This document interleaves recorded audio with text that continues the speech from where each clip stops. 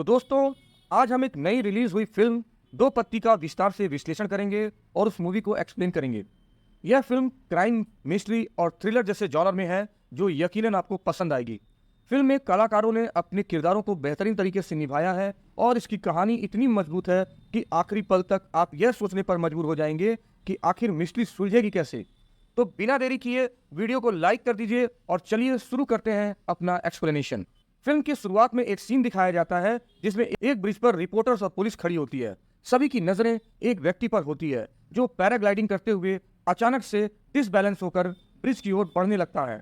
यहाँ से एक ट्विस्ट नजर आता है। ऐसा लगता है कि वह लड़का एक लड़की को ऊपर से नीचे गिराने की कोशिश कर रहा है, जबकि लड़की घबराकर उससे मदद की गुहार लगा रही है।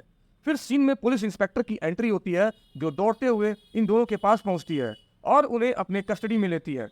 इस दौरान इंस्पेक्टर लड़की से पूछताछ करते हुए सच जानने की कोशिश करती है और पूछती है कि आखिर उस लड़के ने उसके साथ क्या किया। इसके बाद कहानी फ्लैशबैक में जाती है। हम एक हिल स्टेशन के पुलिस स्टेशन का दृश्य देखते हैं जहां हमारी मुख्य किरदार इंस्पेक्टर विद्या ज्योति अपनी नई पोस्टिंग पर पहुंची होती हैं। वह अपनी नौकरी को लेकर गंभीर और ईमानदार हैं, लेकिन तभी लाइट चली जाती है और उन्हें उनके सीनियर बड़े साहब अपने केबिन में बुलाते हैं।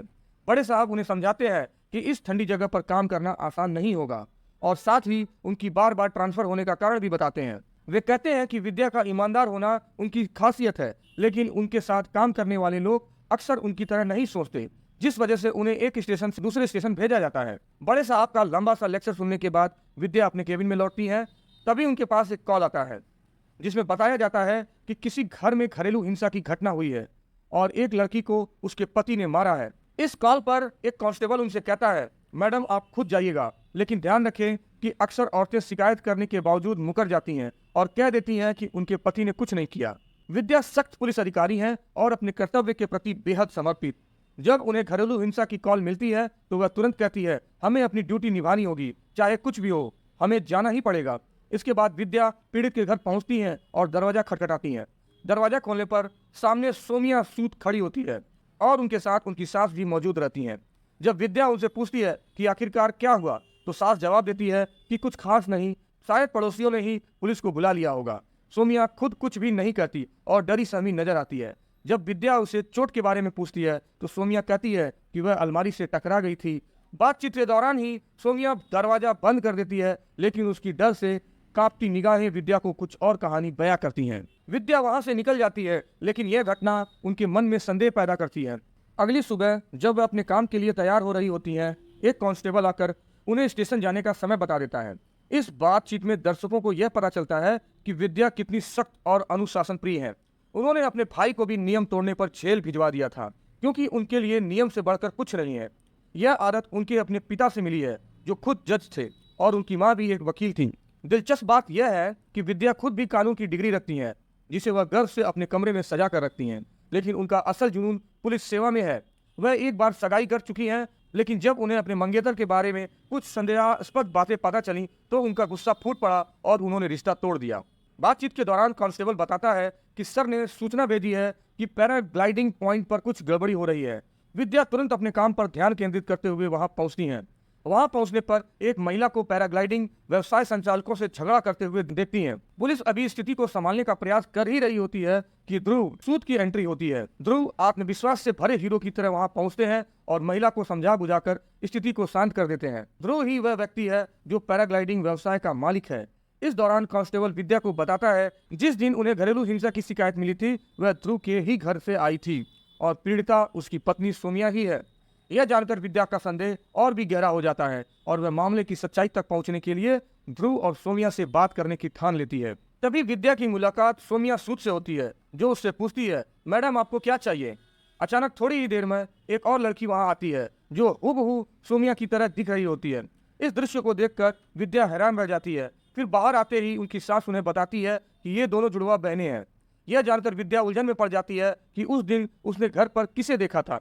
इसके बाद सास विद्या को अकेले में बुलाकर बातचीत करना चाहती है। वे कहती है, उस दिन मैंने ही पुलिस को कॉल किया था। ध्रुव सूद जो सोमिया का पति है उसे जान से मार देगा, और सोमिया अपनी बहन शैली से हारना नहीं चाहती और परिवार को भी बचाना चाहती है, इसलिए वह खुलकर शिकायत नहीं कर पाती। जुड़वा बहनों के बारे में जानने के बाद विद्या को फ्लैशबैक में कहानी की पृष्ठभूमि दिखाई जाती है सास विद्या को पूरी कहानी बताने लगती है। वह बताती है कि सालों पहले घर में एक मेड के रूप में उन्होंने इन दोनों जुड़वा बहनों की देखभाल का जिम्मा संभाला था। दोनों का अपने माँ से गहरा जुड़ाव था, जबकि उनके पिता हमेशा शराब में डूबे रहते थे और बच्चों पर कोई ध्यान नहीं देते थे। माँ के लिए उनकी दोनों बेटियां ही पूरी दुनिया थीं।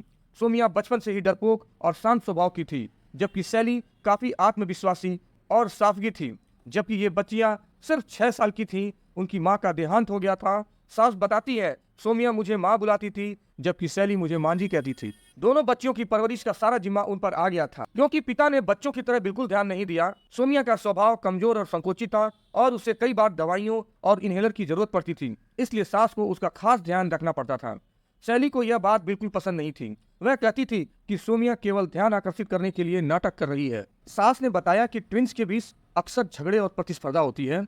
सैली का गुस्सा और बढ़ गया जब उसके पिता ने उसे हॉस्टल में भेज दिया। हॉस्टल जाने से पहले सैली ने सोमिया से कहा था, आज तो मैं जा रही हूँ, लेकिन जिंदगी में तुझे कभी जीतने नहीं दूंगी। इस तरह गुस्से और नाराजगी में सैली ने घर छोड़ दिया और हॉस्टल चली गई। कुछ समय बाद इनके पिता का भी देहांत हो गया, लेकिन सैली घर वापस नहीं आई। छुट्टियों में भी वह घर नहीं आती थी और अपनी पढ़ाई पूरी करने के बाद उसी क्षेत्र में रहने लगी। धीरे धीरे सैली ने अपनी जिंदगी को लेकर नए फैसले किए और यहाँ तक कि परिवार के बिजनेस में हाथ बटाने लगी। सास ने बताया कि सैली अक्सर पास के पैराग्लाइडिंग पॉइंट पर जाया करती थी और वहाँ समय बिताती थी। एक दिन वह वहाँ गई और अपनी तस्वीरें खुद ही क्लिक करने लगी, जिससे कहानी में और भी कई राज सामने आने वाले थे। सोमिया को पैराग्लाइडिंग अनुभव उसके लिए बहुत खास बन गया था और उसके इस खास अनुभव का श्रेय ध्रुव को जाता था। ध्रुव ने न सिर्फ उसे इस एडवेंचर के लिए प्रेरित किया, बल्कि उसके आत्मविश्वास को भी बढ़ाया। ध्रुव के शब्दों में गहरा विश्वास पाकर सोमिया उसके साथ पैराग्लाइडिंग करने के लिए तैयार हो गई थी। जैसे ही वो दोनों हवा में ऊंचाई पर थे, सोमिया को अपने बचपन के वो पल याद आ गए, जब वो अपनी माँ और बहन के साथ बादलों को देखा करती थी। इस याद ने उसे भावुक कर दिया और नीचे उतरते ही उसने ध्रुव को गले लगाकर धन्यवाद दिया। उसने कभी नहीं सोचा था कि वह सचमुच बादलों को छू पाएगी। धीरे धीरे ध्रुव और सोमिया का रिश्ता भी गहरा होने लगा। हालांकि सोमिया खुद को बहुत ही शांत और संकोची स्वभाव की थी, इसलिए शुरुआत में वो थोड़ी हिचकिचाई, पर ध्रुव के साथ समय बिताते बिताते दोनों की दोस्ती और मजबूत हो गई। एक दिन सोमिया ध्रुव को अपने परिवार की दुकान पर मिलने के लिए लेकर आई। वे सभी आपस में हंसी मजाक और बातचीत कर रहे थे और सोमिया बहुत खुश थी। तभी अचानक एक गाड़ी दुकान के बाहर आकर रुकी और उसमें से सैली उतरी। सैली, जो कि बिल्कुल सोमिया की तरह दिखती थी, लेकिन उसका आत्मविश्वास और आधुनिक अंदाज अलग था। सैली ने आते ही सभी से बड़े ही आत्मविश्वास से बात करना शुरू कर दिया। उसकी उपस्थिति इतनी आकर्षक थी कि ध्रुव भी उससे देखकर प्रभावित हुए बिना नहीं रह सका और दोनों के बीच थोड़ी बहुत बातचीत भी होने लगी। इस नजदीकी को देखकर सोमिया का दिल टूटने लगा। बाद में सैली ने अपनी बहन सोमिया से ध्रुव के बारे में पूछना शुरू कर दिया। उसने मजाक में कहा, वो ध्रुव तो मेरे ही टाइप का है ना, मुझे उससे इंट्रो कराओ। तुम्हें तो उससे कोई खास फीलिंग नहीं है ना? सोमिया, जो स्वभाव में संकोची और अपनी भावनाओं को जाहिर करने में कतराती थी, कुछ न कर सकी। उसे अंदाजा हो चुका था कि सैली अब उसकी जिंदगी में बदलाव लाने आई है। धीरे धीरे सैली और ध्रुव की नजदीकियां बढ़ने लगी। अब पैराग्लाइडिंग भी सैली और ध्रुव एक साथ करने लगे थे और उनका रिश्ता और गहरा होता जा रहा था, यहाँ तक कि उनके बीच शारीरिक नजदीकियां भी बढ़ने लगीं। सोमिया दूर से सब देख रही थी, लेकिन कुछ कहने या करने की हिम्मत नहीं जुटा पाई। वह अपने मन में घुटती रही, क्योंकि ध्रुव के लिए जो प्यार और भावनाएं उसके दिल में थी, वह उन्हें कभी खुलकर जाहिर नहीं कर सकी। आखिरकार उसने खुद को यह समझा लिया कि अब ध्रुव उसकी बहन सैली के करीब है और शायद उसकी जिंदगी में उसकी जगह अब सैली ने ले ली है। फिर हम देखते हैं कि ध्रुव अपने घर के बाहर टूरिज्म मिनिस्टर के साथ एक बड़ी डील की बातचीत कर रहा होता है। यह 500 करोड़ की एक टूरिज्म प्रोजेक्ट की डील थी, जिसमें अप्रूवल के लिए साइन करने बाकी थे। इस बीच घर के अंदर एक शानदार पार्टी चल रही थी, जिसे सैली ने ऑर्गेनाइज किया था। सैली का अंदाज हमेशा से ही मॉडर्न और बोल्ड था। उसे बिना तेज म्यूजिक और ड्रिंक्स के पार्टी का मजा ही नहीं आता था।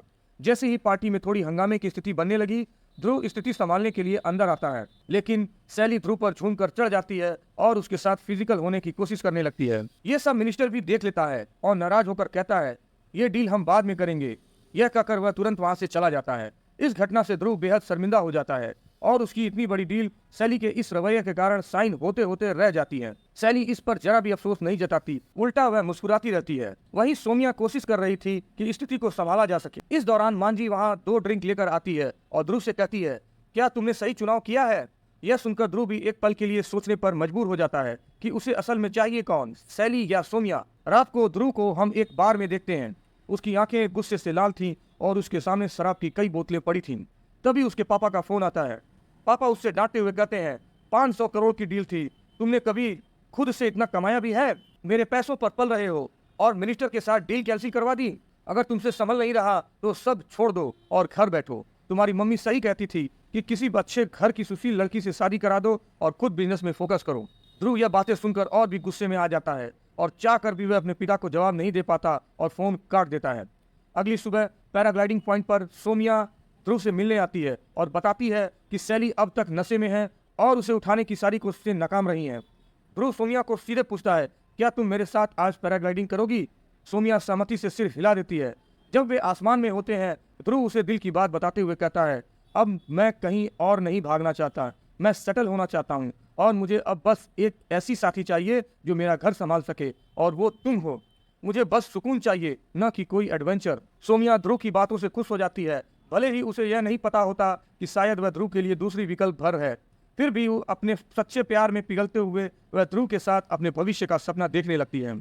इस पूरी स्थिति के बाद हम एक गहरे तनाव में घिरे सोमिया और ध्रुव के रिश्ते को और बिगड़ते हुए देखते हैं। सैली का इरादा अब साफ था, वह हर संभव तरीके से सोमिया को नीचा दिखाने और उसकी शादीशुदा जिंदगी को बर्बाद करने के लिए संकल्प थी। शादी के बाद से ही उसने हर अवसर का इस्तेमाल किया ताकि सोमिया का जीवन कठिन हो जाए और ध्रुव को यह विश्वास हो जाए कि सोमिया उसके साथ एक अच्छी जीवन संगिनी नहीं हो सकती। जब परिवार के साथ तस्वीर खिंचवाने का मौका आया, सैली हूबहू सोमिया की तरह ही तैयार होकर ध्रुव के बगल में खड़ी हो गई, मानो वह खुद दुल्हन हो। इससे केवल सोमिया ही नहीं बल्कि पूरे परिवार में एक असहज माहौल बन गया। सैली ने यहाँ तक कि ध्रुव के कमरे में भी सोमिया बनकर घुसने की कोशिश की, जिससे सोमिया का गुस्सा और दुख भी बढ़ गया। दोनों बहनों के बीच गहरा झगड़ा हुआ, लेकिन सोमिया ने अपनी शादी बचाने की उम्मीद में यह सब सहन कर लिया। इसके बाद जब इंस्पेक्टर विद्या मांझी से पूछताछ कर रही होती हैं, तो मांझी उन्हें बताती है कि शादी के कुछ महीने बाद ही ध्रुव का गुस्सा और हिंसक व्यवहार शुरू हो गया था। सैली के घर में रहने का बहाना यह था कि उसका घर रिनोवेशन में था, लेकिन उसकी असली मंशा कुछ और ही थी। वह सोमिया के पति को फुसलाकर उसकी जिंदगी में जहर घोलने पर अमदा थी। विद्या यह स्थिति देखकर चिंतित होती है, लेकिन वह बताती है कि कानूनन तब तक कोई कदम नहीं उठाया जा सकता जब तक कि सोमिया खुद शिकायत नहीं करती। विद्या मांझी को सुझाव देती है कि अगर कोई ऐसी घटना होती है जिसमें ध्रुव सोमिया के साथ अत्याचार करता है, तो वे सबूत के लिए इसका वीडियो या फोटो ले सकती हैं और यह एक सबूत बन सकता है जो कानूनी रूप से उनके काम आ सकता है।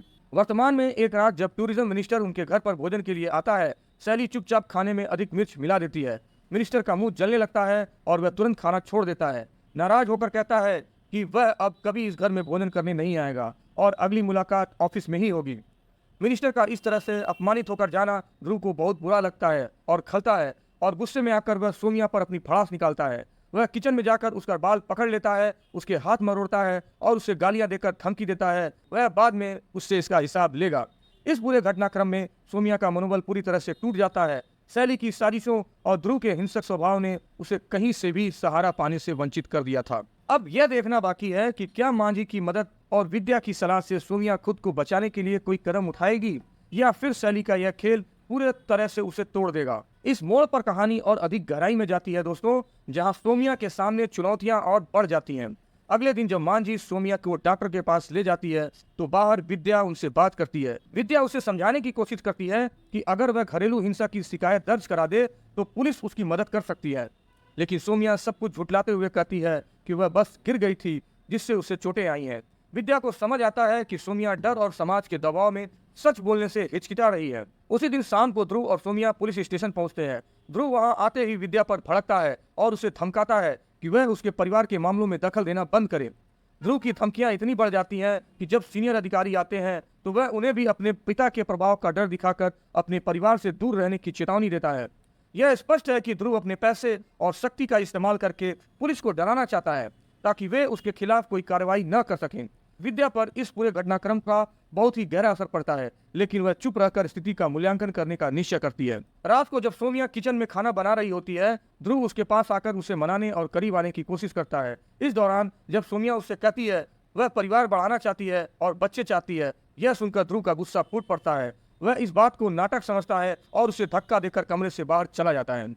अगले दिन सुबह मांझी सैली से बात करती है। मांझी सोमिया की हालत को देखकर बहुत चिंतित है और सैली को समझाने की कोशिश करती है कि वह अपने परिवार की भलाई के लिए ध्रुव और सोमिया की जिंदगी से बाहर चली जाए। सैली जो अपनी बहन के दर्द को नकारती हुई यह दावा करती है कि सोमिया नाटक कर रही है और कोई हिंसा नहीं हो रही है। मांझी को यकीन दिलाने की कोशिश करती है कि वह खुद खुश है। मांझी को देखकर सैली एक हंसी में कहती है कि ध्रुव ही उसे अपने पास रखना चाहता है और उसने कोशिश की थी, लेकिन ध्रुव खुद उसे दूर नहीं होने दे रहा। यहाँ कहानी में बहुत विरोधाभास और जटिलताएं हैं। एक और ध्रुव सोमिया को मारता पीटता है और उसकी इच्छाओं का अनादर करता है, और दूसरी ओर सोमिया उसे माफ कर देती है, शायद अपने प्रेम के कारण। दूसरी ओर शैली अपने स्वार्थ और ईर्ष्या में अपनी बहन की ही जिंदगी को और कठिन बनाने का कोई मौका नहीं छोड़ती। मांझी, जो दोनों बहनों की देखभाल कर चुकी है, इस स्थिति में वह खुद को असहाय महसूस कर रही है। अब यह देखना बाकी है कि सोमिया अंततः विद्या की सलाह को मानते हुए अपनी सुरक्षा के लिए कोई कदम उठाएगी, या फिर यह कहानी इसी ढर्रे पर चलती रहेगी। शैली की मौजूदगी और ध्रुव का अस्थिर व्यवहार इस रिश्ते को और गहराई में ढकेलने का काम कर रहे हैं। यह कहानी अपने चरम पर पहुंच रही है। सोमिया और ध्रुव के रिश्ते की दरारें अब खुलेआम हिंसा में बदल चुकी हैं, जबकि ध्रुव अपनी आदतों और क्रूरता को बढ़ावा देते हुए सोमिया को उसके जीवन में और भी अधिक दर्द दे रहा है। जब शैली और मांझी घर से बाहर होती हैं, सोमिया और ध्रुव घर में अकेले होते हैं। सोमिया एक बार फिर बच्चों के विषय पर बात करती है और एक उम्मीद से कि अब शायद चीजें सुधर जाएंगी, लेकिन ध्रुव उसका मजाक उड़ाता है, यह कहते हुए कि उसकी जिंदगी का उद्देश्य और महत्वाकांक्षा सीमित है, और यह भी तंज कसता है कि उसने शादी के लिए गलत बहन चुनी है। यह सब सुनकर सोमिया का दिल टूट जाता है और वह उसे ताने देती है कि ध्रुव तो अपने पिता के पैसों पर जी रहा है और खुद से कुछ भी हासिल नहीं कर पाया। इस पर ध्रुव अपना आपा खो देता है और सोमिया को इतनी बुरी तरह पीटता है कि वह सीढ़ियों से नीचे गिर जाती है। इस दर्दनाक स्थिति के बाद भी ध्रुव उसे उसी हालत में छोड़कर चला जाता है, यह कहते हुए कि उसे उसकी गुस्सैल प्रवृत्ति का अंदाजा होना चाहिए था। टूटे शरीर और घायल आत्मा के साथ सोमिया खुद को संभालती है और अपनी चोटें छिपाने की कोशिश करती है और डॉक्टर के पास जाकर इलाज करवा कर वापस लौटती है। बाहर से देख रहे इंस्पेक्टर विद्या को पूरा शक होता है और वह अपने सिपाही को ध्रुव के पिछले केसों की फाइलें खोलने के लिए कहती है, जिससे ध्रुव की सच्चाई सामने लाई जा सके। जब मांझी को पता चलता है कि ध्रुव ने फिर से सोमिया को मारा है, तो उसे चेतावनी देती है कि अगर वह एक बार और ऐसा करेगा तो वह खुद पुलिस में शिकायत करेगी। लेकिन ध्रुव उन्हें यह कहते हुए धमकाता है कि वह पुलिस को यह साबित कर देगा कि सोमिया मानसिक रूप से अस्थिर है और बचपन से ही डिप्रेशन की दवाइयां ले रही है, जिससे उस पर कोई भी आरोप साबित नहीं होगा। यह कहते हुए वह संकेत भी देता है कि अगर सोमिया ज्यादा हस्तक्षेप करेगी तो वह उसे आत्महत्या के लिए मजबूर कर सकता है। इस धमकी के आगे मांझी भी चुप रह जाती है, क्योंकि वह जानती है कि ध्रुव का परिवार काफी शक्तिशाली है। इस बीच सोमिया अपने कमरे में अपनी माँ की तस्वीर साफ करते हुए बैठी होती है, मानो उसके भीतर की टूटन को बस वह ही समझ सकती हो। इस पूरी घटनाक्रम में शैली को भी थोड़ी हैरानी होती है, परंतु वह अपनी बहन की हालत को नजरअंदाज कर दुकान की चाबी लेकर चली जाती है। शैली अब भी अपने मन में यह सोचती है कि सोमिया सिर्फ ड्रामा कर रही है, उसे इस बात का एहसास नहीं है कि उसकी बहन कितनी तकलीफ में है। यहाँ से कहानी में कुछ ऐसे मोड़ आने वाले हैं जहाँ या तो सोमिया विद्या की मदद से खुद को इस जहरीले रिश्ते से मुक्त कर पाएगी, या फिर उसे अपने परिवार और समाज के दबाव में रखकर ध्रुव के अत्याचारों को सहना पड़ेगा। यह देखना दिलचस्प होगा कि क्या सोमिया कभी अपनी आवाज उठा पाएगी, या उसकी खामोशी ही उसकी सबसे बड़ी सजा बन जाएगी। यह कहानी एक जटिल और नाटकीय मोड़ पर पहुंच जाती है। सोमिया को अब ध्रुव की असलियत और उसकी असंवेदनशीलता पूरी तरह से समझ में आने लगती है। पैराग्लाइडिंग का प्लान उसकी घटनाओं की ओर इशारा कर रहा है, जो हमें कहानी की शुरुआत में दिखाया गया था, जहां एक कपल की पैराग्लाइडिंग के दौरान जानलेवा दुर्घटना हो सकती है। ध्रुव, जो अपनी पत्नी के प्रति कई बार हिंसक और बेवफाई भरे रवैयों को दर्शा चुका है, अब उसके लिए केवल एक समस्या बन गया है। सोमिया, जो इस रिश्ते को बचाने के लिए हर संभव प्रयास करती रही है, अब स्थिति की गंभीरता को समझते हुए शायद आखिरी बार उसे अपने स्तर पर संभालने का प्रयास कर रही है। कहानी में बार बार यह दिखलाया गया है कि सोमिया ध्रुव को अपनी सहन शक्ति के अंतिम स्तर पर पहुंचकर भी माफ करती आई है, लेकिन अब उसकी मानसिक स्थिति और धैर्य टूटने की कगार पर है। ध्रुव ने सोमिया के प्रति एक और माफी मांगकर और नई शुरुआत का वादा करके उसका भरोसा जीतने की कोशिश की, लेकिन उसी होली के मौके पर शैली के प्रति उसका आकर्षण और समर्पण फिर से सामने आता है। सोमिया, जो पहले से ही संदेह की स्थिति में थी, अब पूरी तरह से इस रिश्ते से बाहर निकलने की सोचने लगती है। आखिरी सीन में सोमिया का ध्रुव को पैराग्लाइडिंग पॉइंट पर ले जाने का प्लान और उसके बाद पैराग्लाइडिंग का असंतुलित होना, यह सब एक कड़ी की ओर इशारा करता है, जहां कहानी की शुरुआत में जो दुर्घटना दिखाई गई थी वह दरअसल एक सोची समझी योजना का हिस्सा हो सकती है। इस पूरे घटनाक्रम से यह स्पष्ट होता है कि एक और जहां ध्रुव अपने परिवार की शक्ति और अपने रिश्ते का दुरुपयोग कर रहा था, वहीं सोमिया उसकी इन ज्यादतियों से पूरी तरह से थक चुकी थी और शायद वह इस रिश्ते से बाहर निकलने का कोई रास्ता ढूंढ रही थी। यह अंतिम निर्णय या तो सोमिया को आजादी दिलाएगा या उसे हमेशा के लिए इस झूठे और खतरनाक रिश्तों से छुटकारा दिलाएगा। कहानी का अंत अनिश्चितता में है, लेकिन यह निसंदेह एक शक्तिशाली मोड़ पर समाप्त होती है, जहां हर कोई अपने किए गए कर्मों का परिणाम भुगतने के लिए तैयार है। सस्पेंस से भरे इस मोड़ पर हमें यह पता चलता है कि दरअसल ध्रुव और सोमिया ही वह जोड़ी है जिनके बीच ये सभी घटनाएं घटित हो रही हैं। इसी बीच शैली और मांझी भी वहां पहुंच जाती है, साथ ही इंस्पेक्टर विद्या भी मौजूद होती है। सभी लोग वीडियो रिकॉर्ड कर रहे होते हैं और जैसे ही वीडियो देखे जाते हैं यह स्पष्ट हो जाता है कि ध्रुव ने सौम्या को मारने की कोशिश की थी। पुलिस स्टेशन में जाकर सौम्या पूरी सच्चाई बताती है, यह खुलासा करते हुए कि ध्रुव ने उसके हार्नेस को खोल दिया था। इस दौरान ध्रुव जेल में से चीखता है कि यह सब झूठ है और सौम्या झूठ बोल रही है। कुछ समय बाद ध्रुव के पिता भी आते हैं, जो कि बेहद प्रभावशाली व्यक्ति हैं और किसी भी वकील को खरीदने की क्षमता रखते हैं। इस स्थिति में निर्णय लिया जाता है कि विद्या खुद इस केस को लड़ेगी और ध्रुव को सजा दिलाने का प्रयास करेगी। इस केस को दबाना संभव नहीं है क्योंकि सबूत के रूप में पूरा वीडियो मौजूद है, इसलिए यह मामला अदालत में जाने के लिए तय है। अदालत में विद्या सभी सच्चाइयों को उजागर करती है, लेकिन ध्रुव इस बात का खंडन करता है कि सौम्या मानसिक रूप से बीमार है और वह दवा लेती है।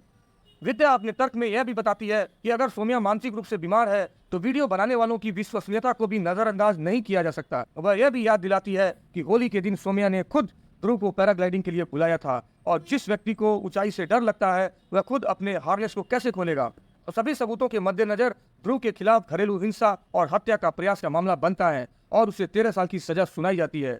केस का हल निकल जाता है और सभी लोग विद्या को बधाई देते हैं, लेकिन विद्या के मन में एक शंका है कि यह सब कुछ बहुत आसानी से हो गया। ऐसा लगता है जैसे सबूतों की कड़ी किसी ने उसके हाथों में रख दी हो और केस बिना किसी कठिनाई से सुलझा लिया गया हो। इसलिए विद्या और अधिक सबूत ढूंढने की कोशिश करती है। उसे लगता है कि इस मामले में कुछ न कुछ तो छूट गया है। दूसरी ओर मांझी और शैली के बीच एक बातचीत होती है, जिसमें शैली कहती है कि उसने जो किया क्या वह सही था। मांझी उसे विश्वास दिलाती है कि जो कुछ भी उसने किया वह सही था। वे दोनों बहनें हैं और जब एक को पीड़ा होती है तो दूसरे उसके साथ खड़ी होती हैं। अगर सौम्या की जगह शैली होती तो वह भी यही करती। कहानी में एक महत्वपूर्ण फ्लैशबैक देखने को मिलता है, जिसमें हम सौम्या को उसकी मां की तस्वीर को साफ करते हुए देखते हैं। इस दौरान शैली चाबी लेकर जा रही होती है और पीछे मुड़कर देखती है कि सौम्या खुद को नुकसान पहुंचा रही है। वह यह कहते हुए नजर आती है, यह मेरी गलती है, मेरी वजह से माँ का निधन हुआ है और अब मैं भी मर जाऊंगी क्योंकि ध्रुव को कभी सजा नहीं मिलेगी। कोई भी अपनी बात नहीं कहेगा और मेरे बाद मेरे बच्चों का क्या होगा। इन भावनाओं से वह खुद को और भी दबी हुई महसूस करती है और यह स्पष्ट है कि सौम्या की मानसिक स्थिति बिगड़ती जा रही है। शैली को यह समझ आ जाता है कि उसकी बहन ध्रुव की पिटाई का शिकार हो रही है और यह देखकर वह दृढ़ निश्चय करती है कि वह अपनी बहन की मदद करेगी। जब विद्या को कोई ठोस सबूत नहीं मिलते तो वह सीधे ध्रुव से मिलने जाती है। ध्रुव से मिलकर वह पूछती है, क्या तुम होली पार्टी से सीधा पैराग्लाइडिंग पॉइंट पर गए थे या कहीं और गए थे? तुम्हें कोई और जानकारी याद है? ध्रुव थोड़ी देर सोचता है और कहता है, हाँ मुझे थोड़ा इनहेलर चाहिए था, इसलिए हम दुकान गए थे, लेकिन मैं तुमसे कोई बात नहीं करूंगा, मेरे वकील तुमसे बात करेंगे, मैं जरूर छूट जाऊंगा। ध्रुव की इस बात को सुनकर विद्या को धीरे धीरे पूरे खेल का एहसास होने लगता है। जब गाड़ी इनहेलर लेने के लिए रुकी थी, सौम्या गाड़ी से बाहर निकलती है और दुकान के अंदर जाती है। वहीं दुकान से बाहर शैली निकलती है, जो हूबहू सौम्या की तरह मेकअप किए हुए होती है। इस वजह से जब हार्नेस खोला गया तो उसे किसी प्रकार का डर नहीं लगा, क्योंकि शैली को ऊंचाई से डर नहीं था। जैसे जैसे कहानी आगे बढ़ती है, पुलिस स्टेशन में विद्या को यह भी पता चलता है कि मेडिकल परीक्षण से पहले दोनों बाथरूम में गए थे और एक दूसरे के कपड़े बदल लिए थे। इसी कारण सबको लगा कि यह शैली है और वह सौम्या है। दोनों का मेडिकल परीक्षण भी साफ निकलता है और किसी को भी इसकी भनक नहीं लगती। यह सब एक मास्टर प्लान की तरह सामने आता है। विद्या हंसते हुए कहती है, जो बातें तुमने कोर्ट में बोलनी चाहिए थी वह तुमने नहीं बोली, बेवकूफ। इसके बाद विद्या सीधे सौम्या के घर पहुंचती है। वहां पहुंचकर वह मांझी और शैली को बैठा हुआ देखती है। विद्या उन दोनों से वादा करती है, मैं इस केस को फिर से खोलूंगी और तुम तीनों को सजा जरूर दिलाऊंगी। तुम्हारी बेवकूफ़ी ने मुझे धोखा दिया है। तभी शैली बाहर आती है और विद्या को रोकने की कोशिश करती है। वह कहती है, मैडम अगर आप ऐसा करती हैं तो मेरी बहन की जिंदगी खतरे में पड़ जाएगी, ध्रुव उसे मरवा देगा। आप सब जानते हैं कि ध्रुव ने मेरी बहन के साथ क्या क्या किया है। आप लोग न्याय की बात कर रहे हैं, लेकिन जब मेरी बहन की जान जाएगी तब क्या मैं पुलिस के पास आऊंगी? मुझे पता है कि जो कुछ भी हुआ उसमें हमारी भूमिका है, लेकिन यह सच है कि मेरी बहन पर घरेलू हिंसा का इतना बड़ा कहर टूटा है कि उसकी जान तक जा सकती थी। यह बात आप सबको भी पता है। अब मैं यह आप पर छोड़ती हूँ, क्या आप केस को फिर से खोलोगे या हमें ऐसे ही जाने दोगे ताकि हम खुशी से जी सकें? हम देखते हैं कि कोर्ट में मामला फिर से खोला जाता है और विद्या ने इस केस को रीओपन किया था। कोर्ट की प्रक्रिया शुरू होती है और विद्या कुछ सबूत पेश करने की तैयारी कर रही होती है। इसी बीच सौम्या अपनी बात कहने के लिए कटघरे में आती है। वह कहते हुए शुरुआत करती है, मैं कुछ कन्फेस करना चाहती हूँ। जज उसे बोलने के लिए कहते हैं और सौम्या बोलना शुरू करती है। मैं स्वीकार करती हूँ कि मेरी माँ की मौत में मेरा भी हाथ था। मेरे पिता ने रोज रोज माँ के साथ घरेलू हिंसा की। हम बस देखते रहे, कुछ नहीं कर पाए, सोचते रहे कि यह पारिवारिक मामला है और यह सुलझ जाएगा। मेरे चाचा भी यह सब देखते थे, लेकिन हम कभी भी बाहर इसकी बात नहीं कर सके। हम सबको डर था कि समाज में बदनामी हो जाएगी। माँ पर एक के बाद एक अत्याचार होता रहा और उसने सब कुछ मेकअप में छुपा लिया। एक दिन जब अत्याचार बहुत बढ़ गया तो उन्होंने आत्महत्या कर ली। हम सब रोते रहे, लेकिन फिर भी चाचा ने हमें पुलिस के सामने चुप रहने की सलाह दी। आज जब मुझ पर यह सब कुछ हुआ, तब मुझे हिम्मत आई और मैंने बोलने का फैसला किया। यह इतना आसान नहीं है कि एक पुरुष प्रधान समाज में महिलाओं को अपनी आवाज़ उठाना किसी के लिए भी सरल नहीं है। किसी को हमारी बात सुनने का समय नहीं है और लोग समाज की बातें करते हैं। वो यह भी कहते हैं कि यह सब तो सामान्य है, ऐसा तो होता ही है। मैं भी पहले यही सोचती थी, इसलिए माफ़ कर देती थी, यह सोचकर कि जो प्यार करता है उसे यह सब करने का हक है। लेकिन मुझे अब समझ आया कि मैं गलत थी, इसलिए मैंने आवाज़ उठाई। अब यह सब कुछ आपके हाथ में है। आप हमें सजा देंगे या हमें जीने का मौका देंगे।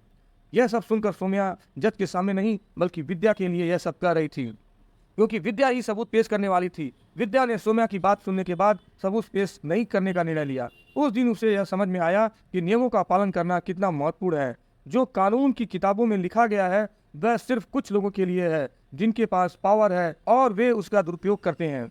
इस फिल्म का अंत एक महत्वपूर्ण सामाजिक संदेश के साथ होता है, जो यह दर्शाता है कि सच्चाई को हमेशा सामने लाना चाहिए, चाहे हालात कितने भी कठिन क्यों ना हों। यदि आपको ये वीडियो अच्छा लगा हो दोस्तों, तो कृपया इसे लाइक करें और हमारे चैनल को सब्सक्राइब करना बिल्कुल न भूलें। बेल आइकन को दबाकर रखें ताकि आपको हमारे अगले वीडियो की नोटिफिकेशन सबसे पहले मिले। आपके समर्थन से हमें और बेहतरीन सामग्री बनाने में प्रेरणा मिलती है। दोस्तों, धन्यवाद।